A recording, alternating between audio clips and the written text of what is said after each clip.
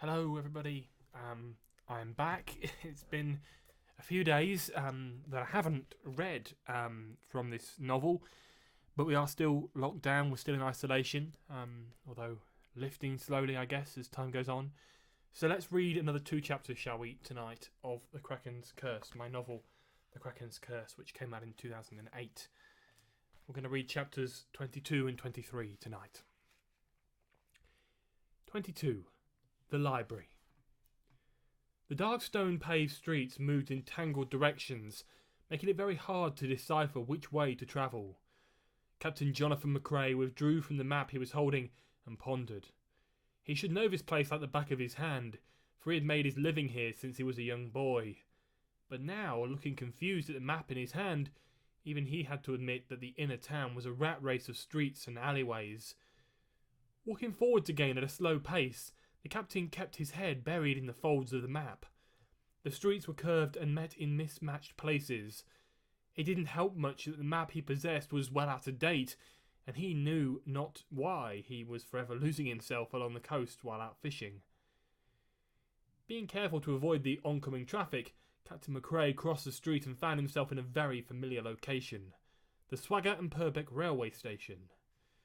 The railway station was quaint in contrast to the hardened concrete of the multi-storey shops that stood on the opposite side. They had scowled down upon the station. It was one of those old-fashioned places that you just knew had been used as a location in a film and television. The Swagger and Purbeck Railway was a steam line, and this meant that it was not connected to the national rail network, and trains only travelled along the coastline. Swagger was also the last stop on the journey, and from here all trains travelled backwards towards the villages of Copse and Hammond's Cross, before finally making their arrival at Studmore. The railway was short and historic, but loved by many local residents and tourists alike. Finding the railway was quite a relief for the ancient sea captain, for even though he was supposed to be on his way to the town library, he knew that his companion Horace would be arriving in Swagger via the train line. The captain studied a nearby timetable with interest. This was far easier to understand than his old map. Looking at the arrival times for the latest trains, he noticed that his accidental visit to the station had been timed perfectly. The train from Studmore to Swagger, which had passed close to Horace's cottage, would be arriving in a few minutes' time. The platform was empty apart from a small group of men dressed in smart suits who were standing at the opposite end of the station. One of the men was carrying a rather large briefcase, and several of them had funny-shaped gadgets on their ears. As the captain looked on and waited for the train, he noticed how out of place these businessmen looked. It also seemed to him, even though he didn't like to admit it, that every now and again they would turn and stare at him. A very unpleasant sight indeed. The station speaker sounded right on schedule, and the train puffed into the station, red-faced with steam rising in great streams into the air. The windows were full with beaming faces, and all the passengers on board seemed happy.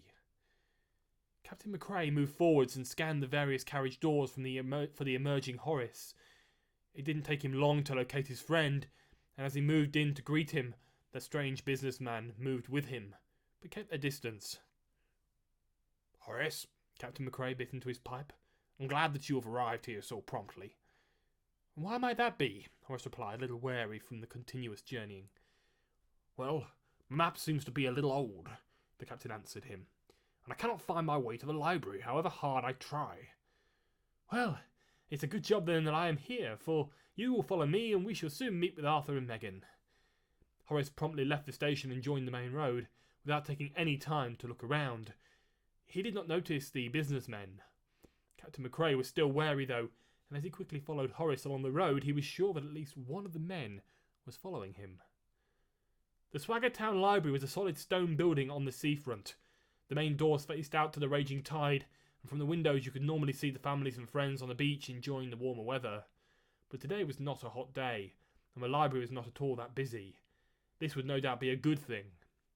Sitting on the stone steps leading up to the front door were two figures dressed in dark coats. Rounding the corner at the end of the street paced Captain McCrae and Horace, and as they walked they looked at the street up and down. It seemed abnormally empty, but of course this would certainly make it easier for them. Approaching the stone steps, both of them walked up to Arthur and Megan and addressed them. These figures in the dark coats stood up and smiled in greeting. All four seemed a very odd group, but they conversed as friendly as could be. "Right. I feel we must not waste any time talking on the doorstep." Arthur smiled and looked onwards. "Shall we enter and see what we can find?" "Of course," Horace replied, taking a step upwards and pushing open a dark wooden door. He beckoned the others to follow him, and he led the way inside. The Swaggertown Library was a great maze of crevices and cupboards, shelves and tables. As you entered, you could see books, rows and rows of books on every subject you could ever require to learn. It was amazing that all this could fit into one small building. All this knowledge very rarely seen on such a scale. Arthur made his way quicker than the others, pacing straight to a large file of references that might help with their search. "Right, everyone," he whispered back to the others, for it was a library and he had to be quiet.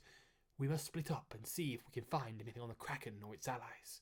Even on the Silver Fox. Anything of importance." Everyone nodded and agreed on what they would do, and they set off. Flicking through the references, Arthur searched and searched for something that might aid them in their quest. It seemed a little silly to be searching at this stage of the game, for they had already found out so much that it could be very likely there was nothing else left to find. The section he was searching for was full of details on all types of mystical creatures and monsters, but none of them were what he was looking for. Perhaps the librarians believed too strongly in the myth, and so refused to group any books about the Kraken in their reference collection. At the other end of the library, next to the window, Captain McCrae and Megan were sorting through some old newspaper clippings. Every now and again, the captain would take a worried glance out of the window and then return to his work. "Why do you keep doing that?" Megan asked. "What do you mean?" the captain replied. "You're looking out the window all the time. It's getting kind of creepy." "Well, between you and me," Captain McCrae tried to explain to the young girl beside him, "I think there might be people following us." He gestured towards two men who were sitting on a bench at the other side of the road. To the captain, they were unmistakable as those who had given him shifty looks at the train station, and to Megan they looked rather uninviting as well. "You don't think they've got anything to do with the Kraken?" Megan asked inquisitively. "I have my suspicions, and I suggest we take a look at those newspapers and see if we can find anything that might suggest to us who these people are." "Agreed," Megan smiled, and for once she was really starting to enjoy herself. To Horace, it didn't look as if they were getting anywhere fast. He was muddling his way around the shelves trying to find something of interest. Arthur was looking very forlorn, and the captain and Megan were smiling heartedly. They were enjoying themselves, but frustratingly they were not getting on with the job in hand. Suddenly, two shouts echoed up from around the library. It was the captain and Megan in chorus. Had they found something? "Quick, everyone! Over here!" Megan yelled in no particular direction. Horace took a quick glance around. He noticed the elderly librarian's disapproval and proceeded to follow Arthur over to where they were standing. I found this article and it might be able to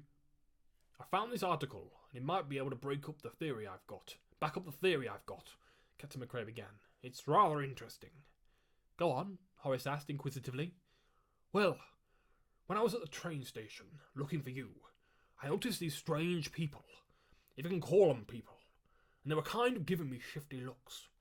Then when I came over here and looked out of the window, there they were again, sort of all dressed in black with the funny briefcases and earpieces."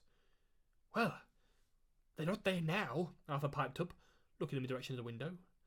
"What's this article about, anyway?"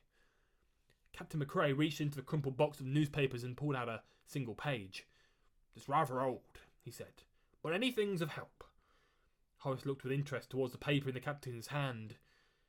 "It seems to be an article on some kind of robbery," he told everyone, as if it were that obvious. "Well, what it says here," Captain McCrae began to read from the page, "is that an elderly lady who ran the village shop near the marina many years ago was attacked. This was not your normal attack, though. The villains had a pale skin colour, and these strange devices on their ears.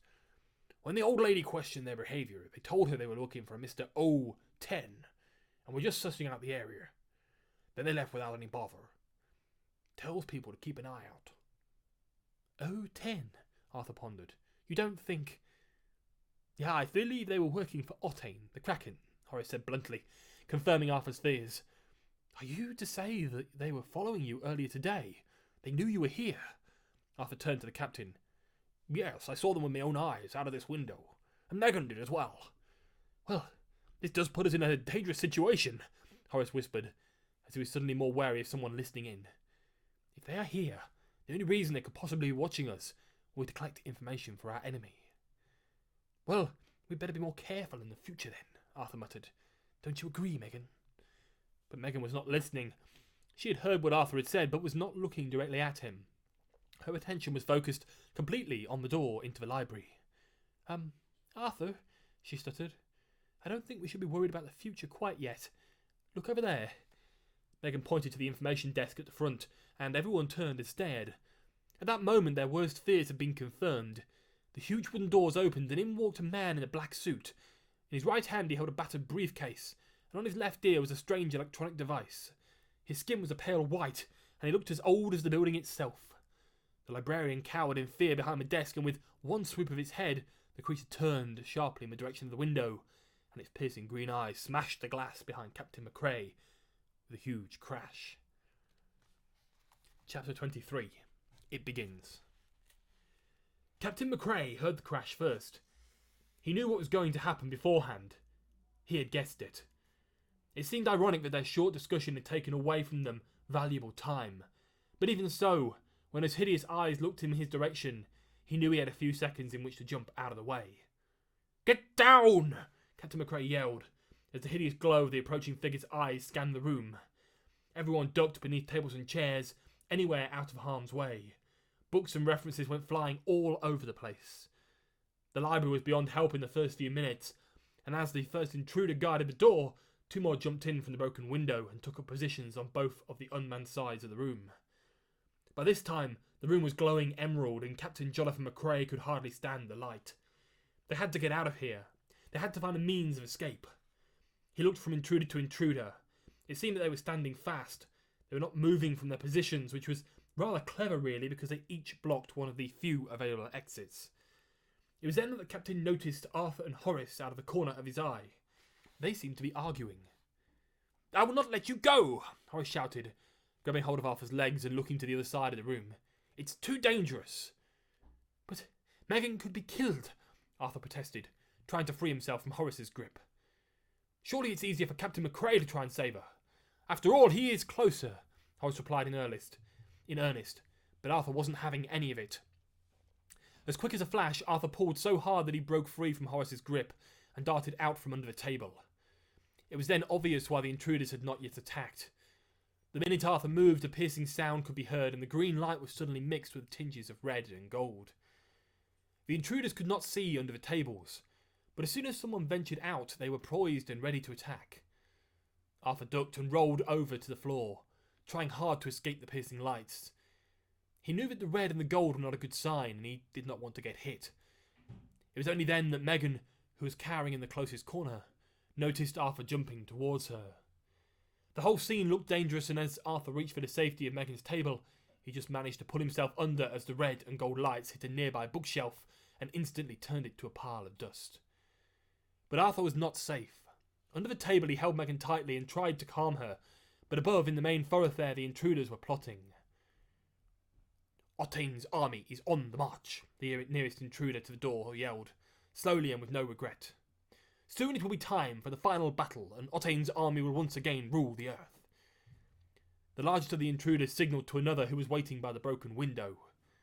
The briefcase in the largest intruder's hand seemed to distinguish it as the leader, and the others seemed to be taking commands from their earpieces. The smallest intruder suddenly turned its head and looked directly at Arthur and Megan. For some reason it didn't seem confident enough to take orders, but a sudden shout from its master changed all of this. "We haven't got long!" Arthur immediately shielded Megan's eyes. The red and gold beams hit them squarely in the chest and started to wind around them. It was strange. These lights were strong. They could not be broken, and when Arthur tried to push his way out, the lights just bound him tighter to his companion. Horace and the captain looked on in amazement. Once the smallest intruder was sure the ropes of light that bound his captives were secure, it started a much more sinister attack. Slowly, the two of them, that until now had been hidden under the table, started to rise upwards as if an invisible force was pushing them ever higher. As their heads hit the roof of the table, it was knocked backwards and out of a broken window. Desperately, Captain McCrae and Horace tried to rescue their friends, but as they grabbed hold, they realised it was only resulting in them being hauled up as well. What do we do? What do they want with Arthur and Megan? Horace shouted to the captain. I don't know, he replied, but I'd advise you to hold on tight. So it was a strange sight to behold. Megan and Arthur bound together, with Horace and Captain McRae holding on to them, all four rising eerily towards the ceiling. Megan looked at Arthur with fear in her eyes. Where are they taking us? She squealed, trying not to look down at the wreckage left below. I think they've got a plan, Horace shouted hoarsely. Watch the small one directly below us. Far below on the library floor, the smallest of the intruders had gained more courage. It was looking directly at a pile of card and paper, and soon a strange purple light seemed to be seeping from its eyes. It didn't take long for the pile to erupt into a plume of flames that licked the air above. There were various tables and chairs dotted around, and slowly the fire began to spread.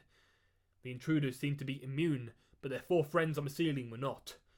Again the creature looked at the flames, and this time it covered them in the same red light that had been used to bound Arthur and Megan earlier. Then, with a deep breath, he aimed and sent a fireball up towards the ceiling. The roof did not take long to burn, less than a few minutes. It was clear to Horace that this was enchanted fire, for no other fire could burn this quickly and destroy everything in its path. All the friends noticed, now the roof had been clearly removed, that the night had fallen in and there was a chill in the air. The stars shone like a million tiny jewels, and soon all four began to move once again. The minute Arthur and Megan were safe on the edge, where the roof was normally met the wall, the red light ropes that surrounded them disappeared. Horace and the captain stood on either side, and they went to admit this was by far the most precarious position they had been in together. Somewhere in the distance, the faint whirring of a helicopter could be heard. It must have been the lifeguard helicopter, out on a rescue. Below on the pavement, the huge wooden doors of a library creaked open, and the largest of the intruders emerged. I have a simple request of you, it spoke with a strange and ancient accent. Jump to your deaths and be over with it. It'll be much easier for you. Never! Horace shouted down, confirming what everyone was thinking. Do you hear that helicopter? It seems to be coming closer. Horace winked at the captain from the corner of his eye, and at that moment a huge red helicopter appeared over the horizon. It's heading for the building. It is heading for the building, the largest intruder mumbled. Call the others, we must bring it down. Just as the helicopter reared up next to the top of the building, the intruders noticed a fatal flaw in their plan. The winds that were being created from the turning blades forced the fireballs back to the ground and stopped dead their attack. Captain McRae couldn't help but wonder who could possibly know where they were and have the equipment to rescue them. All four of the friends peered into the cockpit and saw a familiar face staring back.